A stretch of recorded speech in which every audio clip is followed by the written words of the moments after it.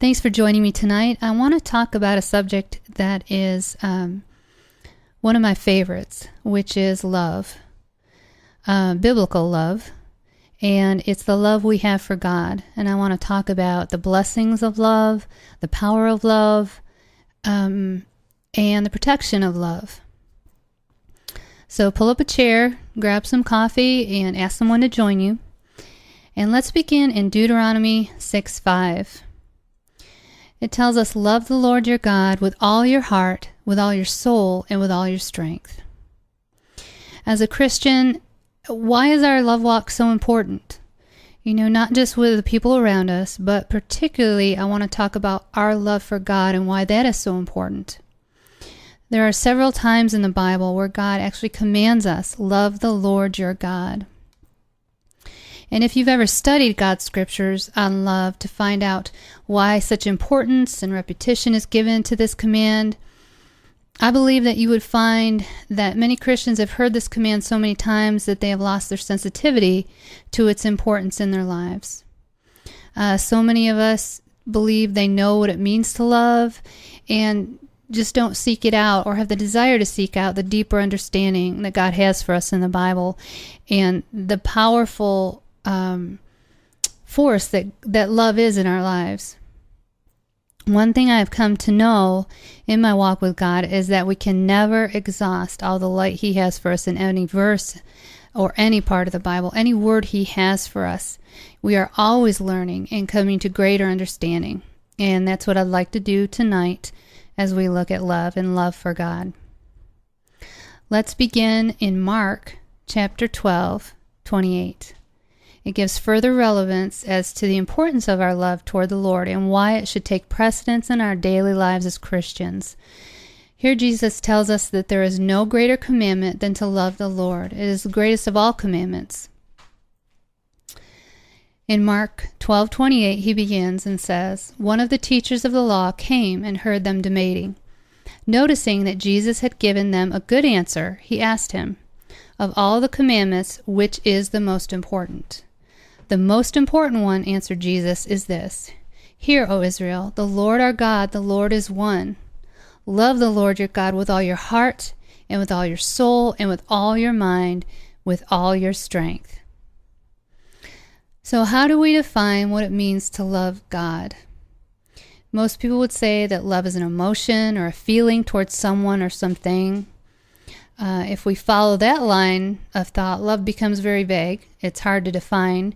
And as we try to live it out in our daily lives and walk with God, we can't really pin it down. Fortunately, God is very specific. He wants to help us understand what it means to love Him, and that love is not an emotion, it's actually an action. In Deuteronomy 11:22, God says, show love to the Lord your God by walking in His ways and holding tightly to Him. Here's our first indication and direction on how to walk in love. In order to walk in love towards God, we must walk in His commandments and obey His word. This makes love an action. Every day we have hundreds of opportunities to show love to God by the choices we make. If we make decisions that are in agreement with His word, then we are walking in love and placing ourselves in position to receive love's blessings. Which brings me back to my opening question. Why is our love walk as a Christian so important? Its relevance in our lives is because of where it positions us.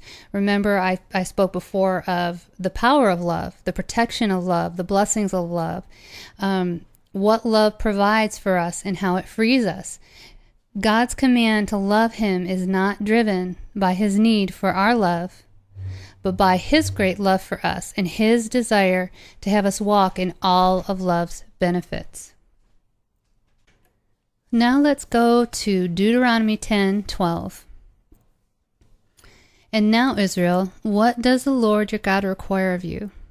But reverently to fear the Lord your God, that is to walk in all His ways, and to love Him, and to serve the Lord your God with all your mind and heart, and with your entire being, to keep the commandments of the Lord and His statutes, which I command you today for your good. When we look at those last three words, Deuteronomy 10:13, It tells us that we are to keep the commandments of the Lord for our own good. When we walk in the commandments of the Lord, which is walking in love, we are denying the enemy's access to our lives and opening the door for God's many blessings to be upon us and our family. The book of Deuteronomy gives us a very clear picture of God's promises to us when we keep ourselves in right standing with Him. I'm going to read Deuteronomy 28, 1 through 13. Just take a moment and really soak in all the blessings that come when we walk in obedience to God and His Word. Deuteronomy 28:1. And it shall come to pass, if we hearken diligently to the voice of the Lord our God, to observe and to do all His commandments, which I command thee this day, that the Lord thy God will set thee on high above all nations of the earth. And all these blessings shall come upon thee, overtake thee, if thou shalt hearken unto the voice of the Lord thy God. You will be blessed in the city, you will be blessed in the field. Blessed shall be the fruit of your body, the fruit of your ground, the fruit of your cattle, the increase of your kine, and the flocks of your sheep. Blessed shall be your basket and your store. Blessed shalt thou be when you come in, blessed shalt thou be when you go out. The Lord shall cause your enemies that rise up against you to be smitten before your face. They shall come out against you one way and flee before you 7 ways. The Lord shall command the blessing upon you in your storehouse and in all that you set your hand unto, and He shall bless you in the land which He has given you. The Lord will establish you a holy people unto Himself, as He has sworn unto you, if you shall keep the commandments of the Lord thy God and walk in His ways. And all people of the earth shall see that you are called by the name of the Lord, and they shall be afraid of you. And the Lord shall make you plenteous in goods, in the fruit of your body, the fruit of your cattle, the fruit of your ground, and in the land which He has sworn unto your fathers to give you. The Lord shall open unto you His good treasure, the heaven, to give the rain unto the land in His season, and to bless all the work of your hand.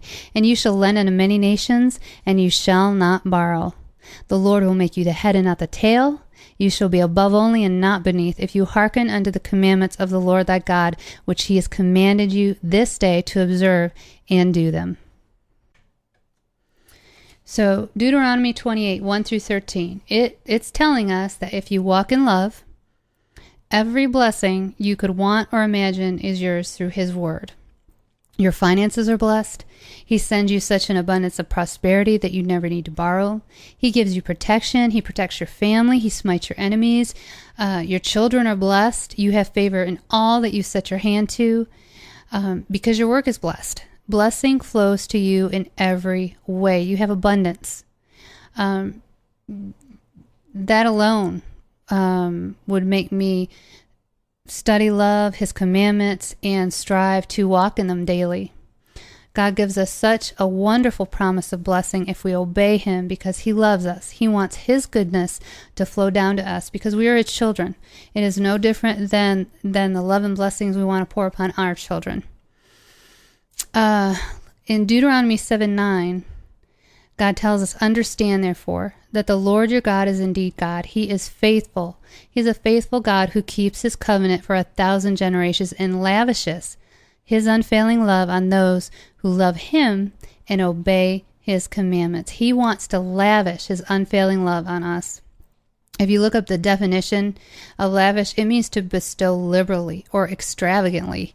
It means, in French, it means a downpour.